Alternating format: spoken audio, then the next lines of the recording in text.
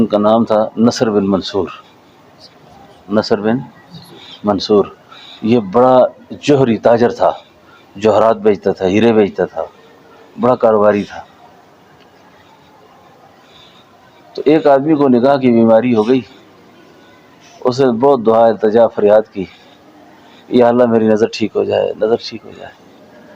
اس کو خواب میں رہنمائی ہوئی، رسول اللہ صلی اللہ علیہ وسلم نے فرمایا کہ تو نصر بن منصور کے پاس چلا جا۔ اب یہ اسی شہر کا بڑا تاجر ہے،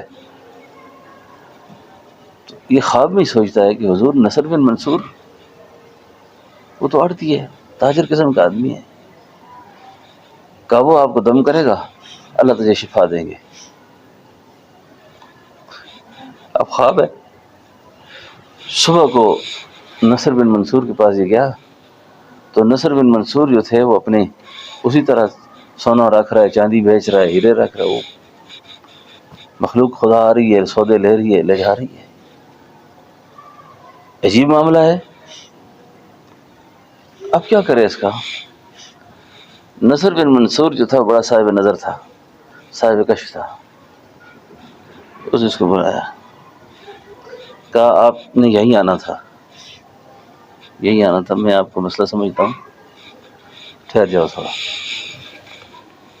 وہ ٹھہر گیا۔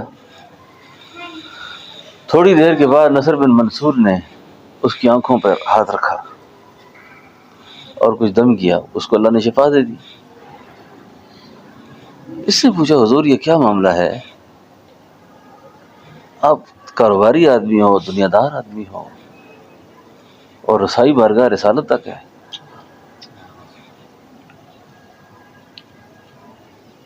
اور بارگاہ رسالت کا ہم نشین ہونا کوئی گپ شپ تو نہیں ہے، یہ کیا معاملہ ہے؟ مجھے سمجھ نہیں آیا۔ اس نے کہا بات یہ ہے کہ رسول اللہ صلی اللہ علیہ وسلم نے فرمایا کہ جو شخص کسی کو کچھ دیتا ہے، ہدیہ دیتا ہے، صدقہ دیتا ہے، خدمت کرتا ہے، تو اس کا یہ ہاتھ جو ہے نا پہلے اللہ کے ہاتھوں میں جاتا ہے۔